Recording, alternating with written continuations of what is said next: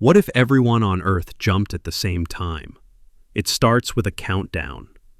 All over the world, every phone, every screen, every loudspeaker blares the same message. Prepare to jump in 3, 2, 1. And in that single synchronized moment, 8 billion people leave the ground. For just a fraction of a second, Earth is quieter than it's ever been. Feet are off the ground. Birds panic. Dust rises. And then, a half-second later, the sound of 8 billion human bodies slamming back into the Earth ripples across the continents. It's not a subtle thing. Sidewalks rattle. Windows hum.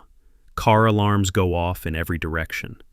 The tremor is real, recorded by seismographs across the globe.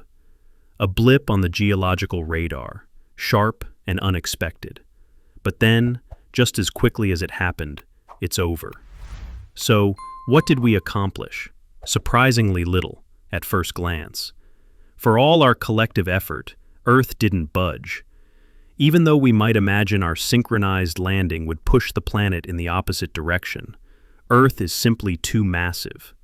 The force of billions jumping together amounts to a fraction of a whisper compared to Earth's mass. The planet doesn't even flinch. But that doesn't mean nothing happened. In the moments that follow, cities experience brief chaos. Elevators shudder to a halt. Power lines swing like jump ropes. Sensitive structures, bridges, towers, skyscrapers, groan under the sudden shift of mass. Stadiums filled with jumpers report structural cracks. Nothing collapses, but engineers get nervous. In coastal regions, something stranger occurs. A coordinated pulse, like a minor shockwave, hits the ocean. The water displaces slightly, not enough to cause a tsunami, but enough to confuse marine sensors and startle fish.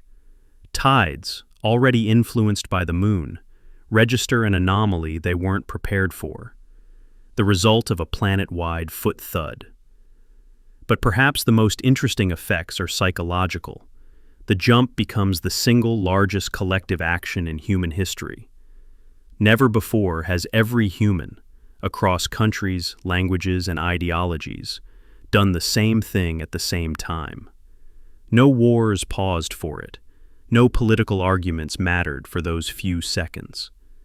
For a brief and surreal moment, the species moved as one. Religions write about it. Scientists overanalyze it.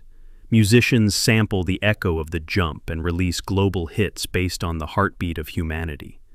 New conspiracy theories emerge. Some believe the jump shifted Earth slightly on its axis. Others claim it opened microscopic tears in space-time. A few even think the event woke something deep beneath the crust. In the weeks after, strange trends surface. Communities start planning annual jumps. It becomes a celebration, a new Earth Day rebranded as Leap Day. But not the one with calendars and February confusion. This one marks humanity's jump, not into the air, but toward unity. Researchers notice subtle data changes too, tiny shifts in the Earth's shape measured by high-precision satellites. It's not that the planet changed, but that humans, by moving in sync, left a tiny digital fingerprint on the environment.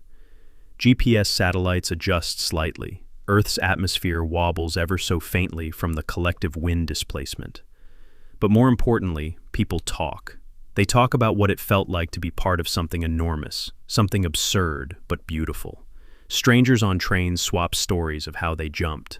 Kids born that day are later told, "You were born on the day Earth jumped." Writers turned it into metaphors. Artists turned it into murals.